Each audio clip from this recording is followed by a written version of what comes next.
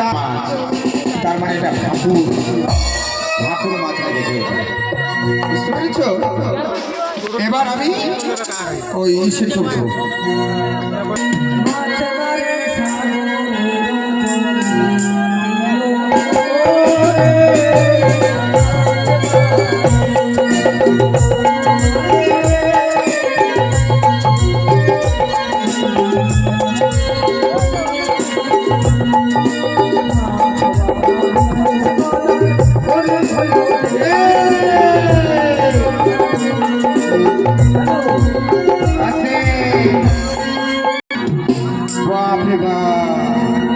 অনেকদিন পর এটা কি গে? अच्छा कछुआ, एक कछुआ लग गया, बहुत बड़ा कछुआ। बोलो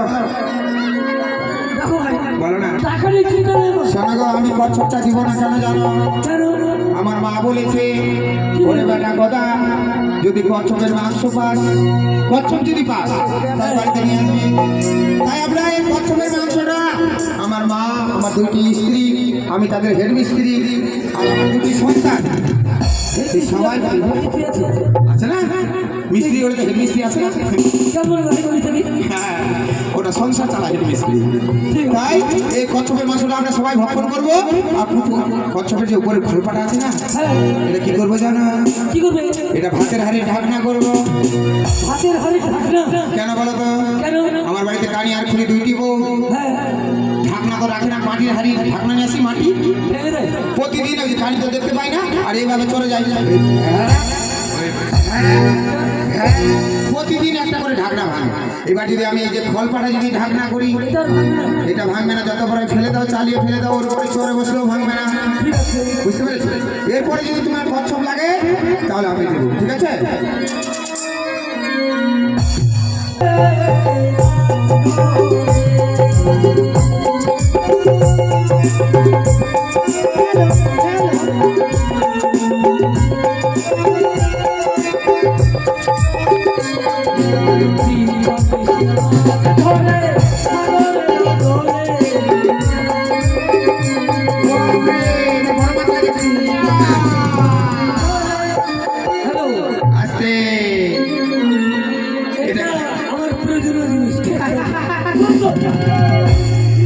এটা কুচিয়া মাছ লেগেছে গো, এই তারে সব কুচিয়া মাছ নেবে, হ্যাঁ খালি নেলকাম করে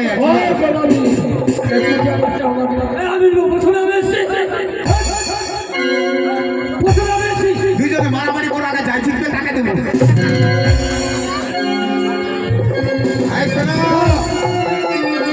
এই কুচিয়া মাছটা দেওয়া যাবে না, আসতে এই কুচিয়া মাছটা কেন দেওয়া যাবে না জানো?